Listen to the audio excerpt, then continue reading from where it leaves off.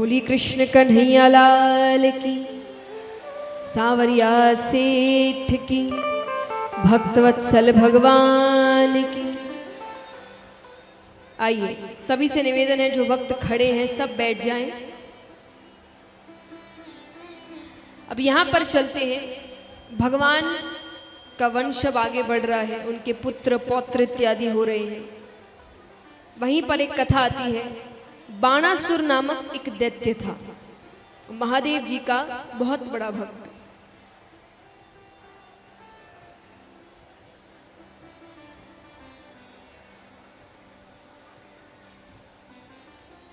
महादेव जी का बहुत बड़ा भक्त, वो 10 से 12 घंटे महादेव जी की पूजा करता था।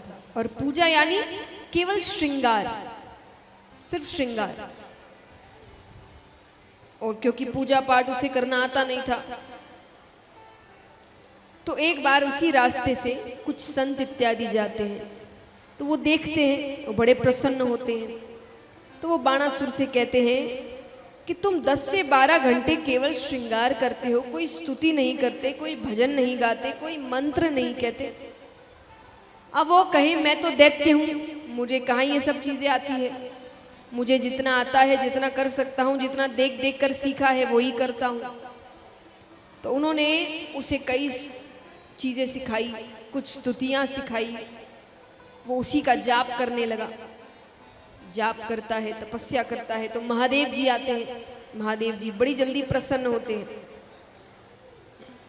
महादेव जी ने कहा क्या चाहिए वरदान में, लेकिन एक दो स्तुति सीख लेने से वो ज्ञानी थोड़ी बन जाएगा। उसने वरदान में क्या मांगा, वो कहता है कि आपका श्रृंगार करने में बड़ा समय लग जाता है, मुझे 1000 हाथ दान में दीजिए। भक्त भोले, भगवान उनसे ज्यादा भोले। महादेव जी ने कहा तथास्तु। लेकिन अब वो 1000 हाथों का करे क्या, क्योंकि जो काम 10 घंटे में होते थे 2 हाथों से, अब वो 1 घंटे में होने लगे। पूरा दिन वो खाली बैठा है, वो हाथ भारी लगने लगे, वो पर्वतों को उससे तोड़ने लगा। रोते रोते भगवान को फिर से पुकारता है। महादेव जी फिर से आते हैं। महादेव जी ने कहा अब क्या हुआ, बोले आप अपना वरदान वापस ले लीजिए। महादेव जी कहते वरदान तो वापस नहीं होते। बोले मुझे ये नहीं चाहिए, मुझे ये भारी लग रहे हैं। महादेव जी ने कहा चिंता मत करो, कुछ समय बाद श्री कृष्ण तुमसे युद्ध करने आएंगे और वो तुम्हें इन 1000 हाथों से मुक्त करेंगे। अब वो डर गया, क्योंकि जो भगवान का भक्त होता है वो भगवान की शक्ति जानता है। वो सोचे कि कृष्ण से युद्ध होगा। बाणासुर ने कहा ठीक है, एक वचन दीजिए, मैं आपका भक्त हूं ना। बोले हाँ। तो बोले जब श्री कृष्ण से मेरा युद्ध होगा तब आप मेरी तरफ से युद्ध करेंगे। और भक्त को, भगवान को भक्त कितने प्यारे हैं यहां दर्शाता है। महादेव जी कहते हैं ठीक है, मैं वचन देता हूं, जब श्री कृष्ण से तुम्हारा युद्ध होगा तो मैं तुम्हारी तरफ खड़ा रहूंगा। ऐसे भी महादेव जी सबसे भोले भगवान माने गए हैं। महादेव जी बड़ी जल्दी प्रार्थना सुनते हैं। आइए, वो जैसे महादेव जी को मनाता है हम भी थोड़ा मनाते हैं। और आपके मन में कोई भी इच्छा हो, आज महादेव जी के सामने रख देना। क्या पता जैसे उसकी इच्छाएं पूरी हुई है, आपकी भी इच्छाएं पूरी हो जाए।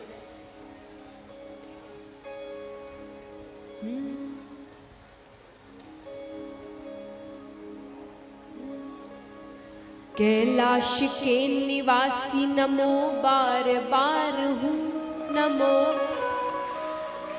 नमो। आयो शरण तिहारी प्रभु तार तार तू, कैलाश के नमो नमो। आयो शरण तिहारी प्रभु तार तार तू, आयो तो कौन कौन भगवान से मांगना चाहते, उठाना पूरे पूरे हाथ और तालियों के साथ। कैलाश के निवासी नमो बार बार हूँ, नमो बार बार हूँ, नमो बार बार हूँ। आयो आयो आयो शरण तिहारी प्रभु तार तार तू। आयो शरण तिहारी प्रभु तार तार तू। कैलाश के निवासी नमो बार बार हूँ, नमो बार बार हूँ, नमो बार बार हूँ। आयो आयो आयो शरण तिहारी प्रभु तार तार तू। आयो शरण तिहारी प्रभु तार तार तू।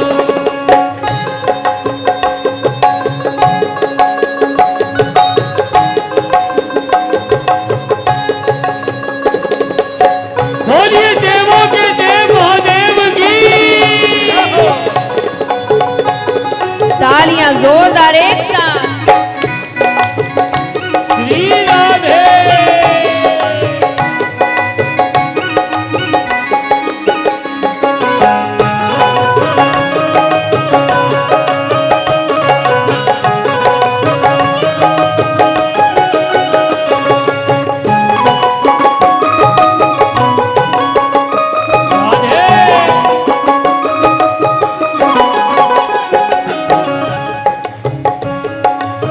और जैसा मैंने कहा कि भोले बाबा बड़ी जल्दी प्रार्थना सुनते हैं, हमें निराश नहीं करते।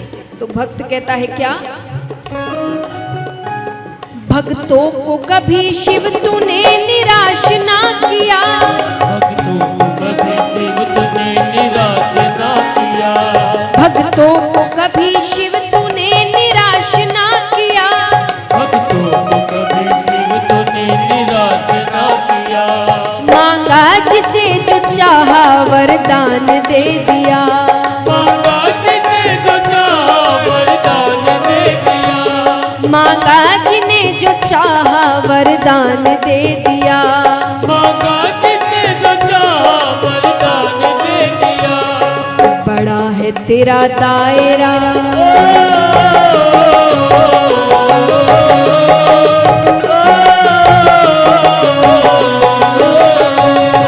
बड़ा है तेरा दायरा, बड़ा दातार तू। बड़ा दातार तू, बड़ा दातार तू। आयो आयो आयो शरण तिहारी प्रभु तार तार तू। आयो शरण तिहारी प्रभु तार तार तू।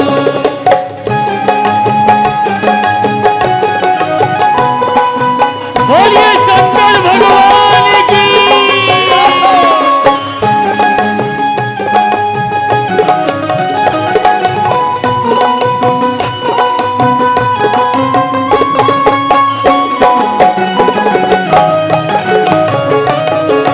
बोलिए बाबा बैद्यनाथ की।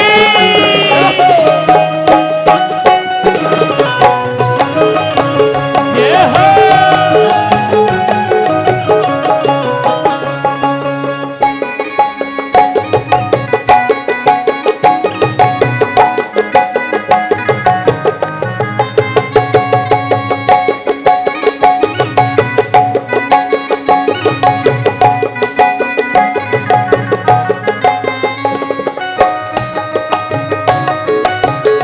राधे।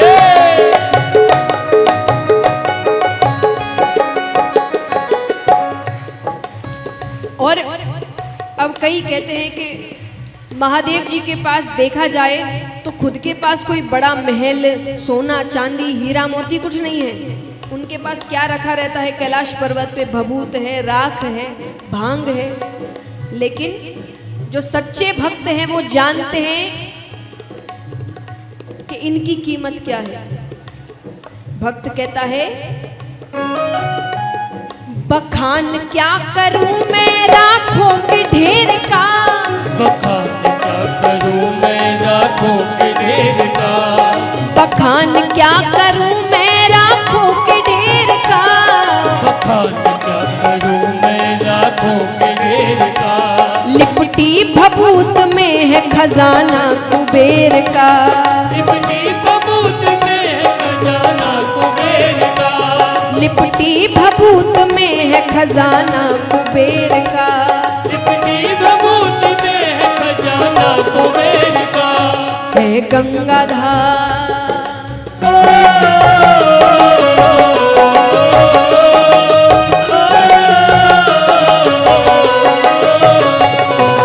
गंगाधार मुक्ति द्वार ओमकार तू प्रभु ओमकार तू प्रभु ओमकार तू, आयो आयो आयो शरण तिहारी प्रभु तार तार तू, आयो शरण तिहारी प्रभु तार तार तू।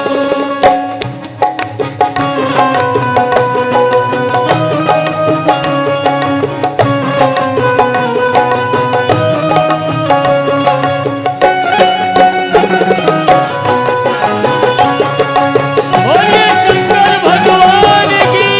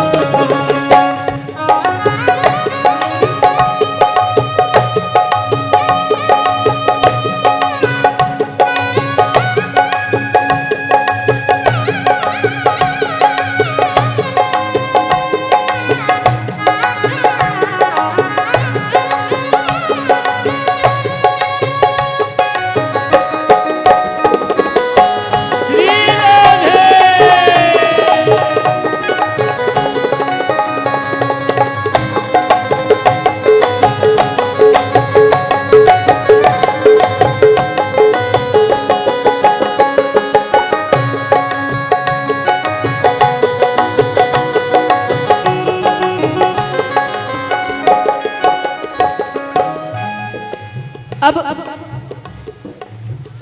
अगर ये पूछे कि महादेव जी ने ऐसा क्या किया है जो बहुत बड़ा हो, दुनिया के लिए बहुत बड़ा हो, तो ये कथा मैंने आपको जब सुनाई थी समुद्र मंथन के समय, अगर महादेव जी ने विष ग्रहण नहीं किया होता तो वो समुद्र मंथन आगे नहीं बढ़ता तो 3 लोक 14 भुवन कभी देवताओं के पास वापस नहीं आता। तो भक्त कहते हैं क्या क्या क्या नहीं दिया है हम क्या प्रमाण दे, क्या क्या नहीं दिया है हम क्या प्रमाण दे, क्या क्या नहीं दिया है हम क्या प्रमाण दे, क्या क्या नहीं दिया है हम क्या प्रमाण दे, बसे गए त्रिलोक शंभु तेरे दान से, बसे गए त्रिलोक शंभु तेरे दान से, बसे गए त्रिलोक शंभु तेरे दान से, बसे गए त्रिलोक शंभु तेरे दान से, जहर पिया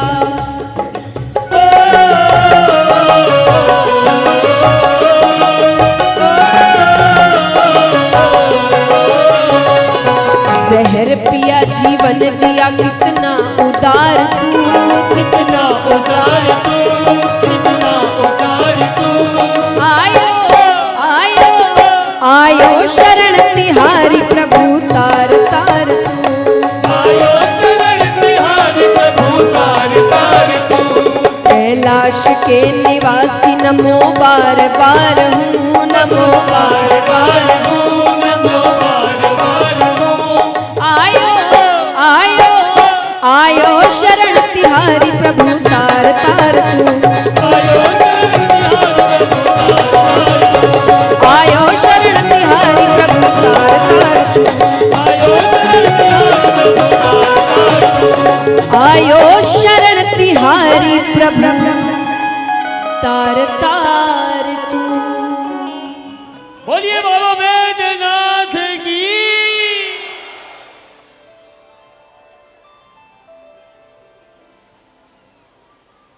तो महाराज इस प्रकार बाणासुर महादेव जी को मनाता है। महादेव जी कहते हैं कि जब भगवान आएंगे तो मैं तुम्हारी तरफ से युद्ध करूंगा। ठीक है, तो अब लीलाएं अपनी अपनी जगह पर पड़ रही है। यहाँ पर भगवान के पुत्र पौत्र इत्यादि होते हैं। तो भगवान के एक पौत्र होता है, उसका नाम होता है अनिरुद्ध। क्या नाम है? और बाणासुर की पुत्री का नाम था उषा। तो उषा ने सपने में, देखिए समय समय की बात है, ये जिस समय की बात हो रही है उस समय अगर स्वप्न में भी किसी को पति के रूप में देख लेते थे तो उसी से शादी करते थे। तो उषा ने स्वप्न में अनिरुद्ध को पति के रूप में देख लिया। पति के रूप में देख लिया तो क्योंकि अब दैत्य की बेटी है तो थोड़ी हरकतें दैत्यों वाली आएगी। तो साधारण लोगों के तरीके क्या होते हैं कि अगर कोई पसंद आ जाए तो रिश्ता लेकर जाते हैं, परिवार आपस में बात करते हैं, दोनों की हामी होती है तो शादी।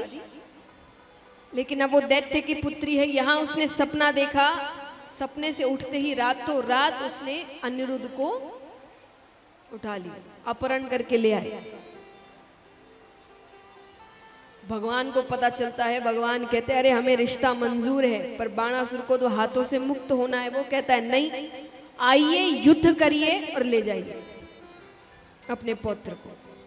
ठीक है, भगवान आते हैं, युद्ध शुरू होता है तो भगवान पहला बाण चलाते हैं।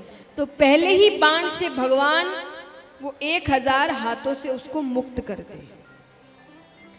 जैसे ही भगवान दूसरा बाण चलाने वाले होते हैं कि महादेव जी बीच में आ जाते हैं। महादेव जी कहते हैं जो काम होना था वो हो गया, अब आप बेटी दीजिए और आप बहू ले जाइए, आगे युद्ध का कोई मतलब ही नहीं है। तब भगवान अपने पौत्र और पौत्र वधू को अपने साथ द्वारका लेकर जाते हैं। तो इस प्रकार भगवान के स्वरूप के बारे में बताया गया। अब चलते हैं शुकदेव जी के अवतार की कथा की ओर। ऐसे तो अलग अलग शास्त्रों में अलग अलग ढंग से बताया गया है, पर दंत कथा के अनुसार एक बार ब्रह्मा जी ने एक सभा का आयोजन किया। इसमें कई ऋषिगण इत्यादि सभी आते हैं। तो उस सभा में एक प्रश्न उठा देवी देवता ऋषिगण सभी से कि इस 3 लोक 14 भुवन में सबसे कीमती वस्तु क्या है, सबसे महत्वपूर्ण, सबसे कीमती, जो हर जगह नहीं मिले। तो सब अपना अपना जवाब देने लगे। कोई कहे सोना, कोई कहे चांदी, कोई कहे हीरा। तो वहां ऋषिगण भी बैठे थे, उन्होंने कहा नहीं नहीं, ये चीजें तो बहुतों के पास मिलेगी, यहां भी होगी, कितनों के पास सोने की कोई ना कोई वस्तु होगी, कितनों के पास है, हाथ उठाना। सब डर रहे हैं, कितना है नहीं पूछेंगे, बस है कि नहीं ये हाथ उठाओ। है, इतना भी हुआ तो मतलब है, कईयों के पास है। तो जो कईयों के पास हो वो सबसे कीमती कैसा हुआ? सबसे कीमती तो हर किसी के पास होना नहीं चाहिए। तो ऋषिगण कहते हैं तो बहुतों के पास मिलता है। तो बोले फिर आप बताइए सबसे कीमती क्या है? तो ऋषिगण कहते हैं अगर सबसे कीमती कुछ है तो वो है प्रेम।